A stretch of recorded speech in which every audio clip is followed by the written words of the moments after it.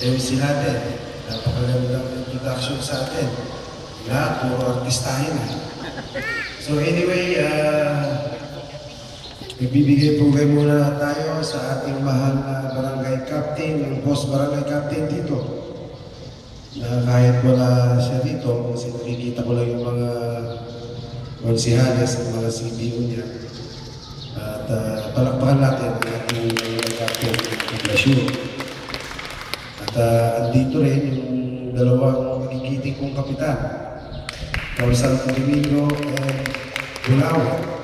Ay, Victoria. Dito kasi yung Bulawan kanina. Magandang umaga po sa ating lahat.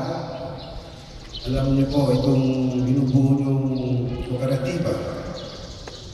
At ang mga masisipag niyong mga opisyalis, lumapit sila kay Mayor at kami nandyan sa Sangguniang Bayan ay very supportive din sa ating kooperatiba, multipurpose cooperative population sa Pangasinan.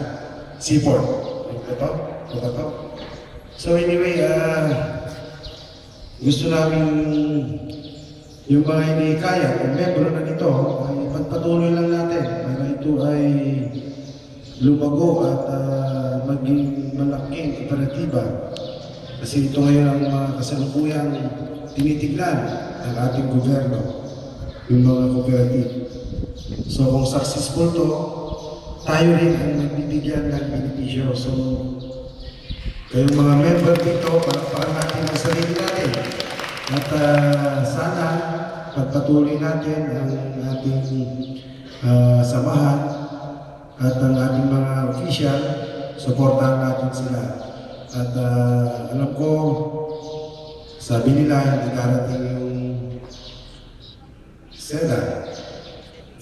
CD.